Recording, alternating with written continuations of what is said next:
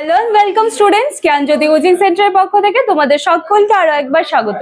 আমি ইয়াসমিন, আমি তোমাদের ইউনিভার্সিটির আন্ডারে এডুকেশন সাবজেক্টটি নিয়েই তোমাদেরকে পড়ানোর গাইড করার চেষ্টা করছি। এর আগের দিনে কিন্তু আমার যে ক্লাসটা ছিল সেটা 12 মার্কসের একটা কোশ্চেন নিয়ে আমার ক্লাসটা চলছিল। তোমাদের যে টপিকটা চলছিল সেটা হচ্ছে কৈশোরকালীন বিকাশজনিত বৈশিষ্ট্য। আজকে তার আরো দুটো বৈশিষ্ট্য নিয়ে আমি এসেছি।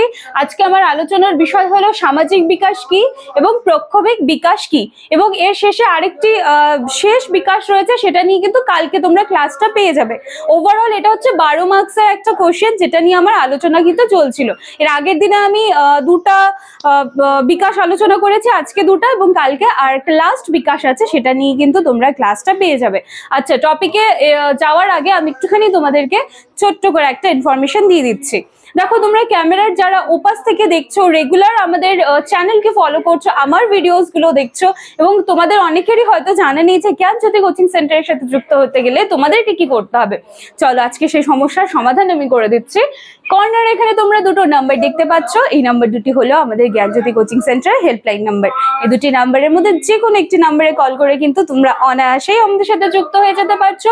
কোর্স ফি কিন্তু ভীষণ সামান্য রাখা হয়েছে, 999 টাকা, 999, এবং কোর্স ডিউরেশন রয়েছে কিন্তু 6 মান্থসের। ঠিক আছে, চলো এবার আজকের টপিক আমরা স্টার্ট করি। দেখো, সবার প্রথমে রয়েছে সামাজিক বিকাশ। সামাজিক বিকাশের মধ্যে কয়েকটা বৈশিষ্ট্য রয়েছে, সেগুলো আমি লেখার চেষ্টা করেছি, আশা করছি তোমরা ওখান থেকে দেখতে পাচ্ছ। প্রথমে রেখেছি বন্ধুত্ব স্থাপন, তারপরে রয়েছে বন্ধু দলের প্রভাব বৃদ্ধি, এবং তারপরে রয়েছে সামাজিক স্বীকৃতি লাভের প্রচেষ্টা। দেখো, এই যে সামাজিক বিকাশ, এই সময়টা কি হচ্ছে, এই সময়টা হচ্ছে কৈশোরকাল। হ্যাঁ, এই হচ্ছে কৈশোরকাল, হচ্ছে ব্যক্তির কিন্তু একটা পরিণত সময়। এই সময়টায় কি হচ্ছে, তারা পরাধীন থেকে স্বাধীন হয়, পরাধীন থেকে স্বাধীন হওয়ার কিন্তু একটা মধ্যবর্তী সময়।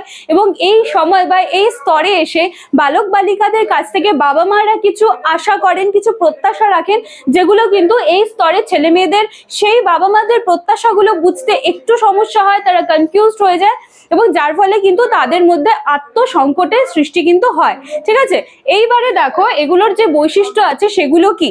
প্রথমে রেখেছি হচ্ছে বন্ধুত্ব স্থাপন। এই স্তরে এসে দেখা যায় যে বালক বালিকাদের মধ্যে বন্ধুত্ব ব্যাপারটাকে তারা খুব মানে কি বলবো, প্রায়োরিটি দেয়। তারা বন্ধু যে জিনিসটাকে সেই জিনিসটাকে খুব গুরুত্ব দেয়, মানে গ্রুপ তৈরি করতে খুব পছন্দ করে এই সময়, যার ফলে তারা সোশ্যাল নেটওয়ার্কিং তৈরি করে, এবং এই যে তারা একটা গ্রুপের মধ্যে থাকতে পছন্দ করে বা একটা বন্ধুত্বপূর্ণ সম্পর্কের প্রতি তারা খুব বেশি সচেতন হয় এই সময়টায়। সেজন্য কিন্তু এই সময় দেখতে পাই যে সামাজিক সংগঠনের সদস্যও কিন্তু এই সময় তারা হয়ে থাকে। এরপরে রয়েছে বন্ধু দলের প্রভাব বৃদ্ধি। দেখো, আবার সেই বন্ধু দলের কথাই কিন্তু চলে আসলো। এই স্তরে কি হচ্ছে, ছেলে মেয়েদের মধ্যে কিন্তু আত্মসংকট যেটা আছে সেটা সৃষ্টি হয়। এই সময় তারা বন্ধুদের সঙ্গে কিন্তু বেশি সময় কাটাতে পছন্দ করে, যার তুলনায় বলবো যে পরিবারের যারা সদস্য আছে তাদের তুলনায় কিন্তু তারা এই সময় বন্ধুদের সাথে সময় কাটাতে কিন্তু বেশি স্বাচ্ছন্দ্য বোধ করে।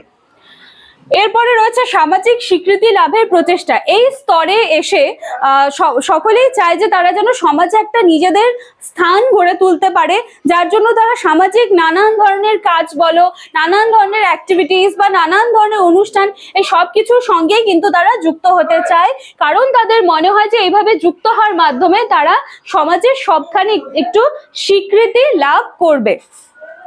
ঠিক আছে, এই হলো তোমাদের সামাজিক বিকাশ। এরপরে রয়েছে দেখো প্রক্ষোভিক বিকাশ। এবার প্রক্ষোভিক বিকাশটা শুরু করার আগে আমি বলবো যে এই বয়সে ব্যক্তি কিন্তু যৌবন আরম্ভ হয়। ঠিক আছে, এই বয়সে ব্যক্তির কিন্তু যৌবন আরম্ভ হচ্ছে, তার দেহে নানান ধরনের পরিবর্তনগুলো আসছে, এবং যার ফলে কিন্তু কি হচ্ছে, তার মধ্যে আবার সে আত্মসংকটের তৈরি হচ্ছে। এবং এই সময় কালটাকেই কিন্তু আমাদের ঝড় ঝঞ্ঝার কাল বলা হয়, যখন তারা অপরিণত বয়স এবং একজন পরিণত বয়স, এই দুটোর মাঝের যে মানে কি বলবো, মাঝের যেই সময়টা বা মাঝের যে অবস্থাটা, সেইটার মধ্যে কিন্তু তারা থাকে, যেখানে তারা পুরোপুরি নিজেদেরকে অপরিণত প্রমাণ করতে পারে না, আবার পুরোপুরি নিজেদেরকে যে তারা পরিণত সেটাও কিন্তু প্রমাণ করতে তারা আবার ব্যর্থ হয়। সেজন্য এই সময়কালটাকে কিন্তু ঝড়ঝঞ্ঝা সময়কাল বলা হয়। এই সময়টারও কিছু বৈশিষ্ট্য রয়েছে। দেখো, প্রথমে রয়েছে প্রক্ষোভিক স্থায়িত্ব। প্রক্ষোভিক স্থায়িত্বটা কি? এই সময় মানে এই সময়ে এসে ব্যক্তি বলো বা বালক বালিকা যাই বলো, এই স্তরটা এসে কিন্তু তারা ওভার সেন্সিটিভ হয়ে পড়ে, মানে অল্প একটু আঘাতেই অল্প একটু আঘাতেই তারা ভীষণভাবে ইমোশনাল হয়ে পড়ে, তারা খুব বেশি দুঃখ পায়, ঠিক আছে? কিন্তু তাদের এই যে প্রক্ষোভটা সেটা কিন্তু বেশিক্ষণ স্থায়ী হয় না। তারপরে রয়েছে বিমূর্ত প্রক্ষোভ। এই সময় হচ্ছে বিমূর্ত সে যেই সকল ধারণা সেটাকে কেন্দ্র করেই কিন্তু তাদের প্রক্ষোভের প্রকাশটা পাচ্ছে। এবং লাস্ট ওয়ান হচ্ছে প্রক্ষোভিক পরিণমন। প্রক্ষোভিক পরিণমন কি হচ্ছে? এই যে বৈশিষ্ট্যটা আছে সেটা কিন্তু শেষ বয়সে আসে, ঠিক আছে?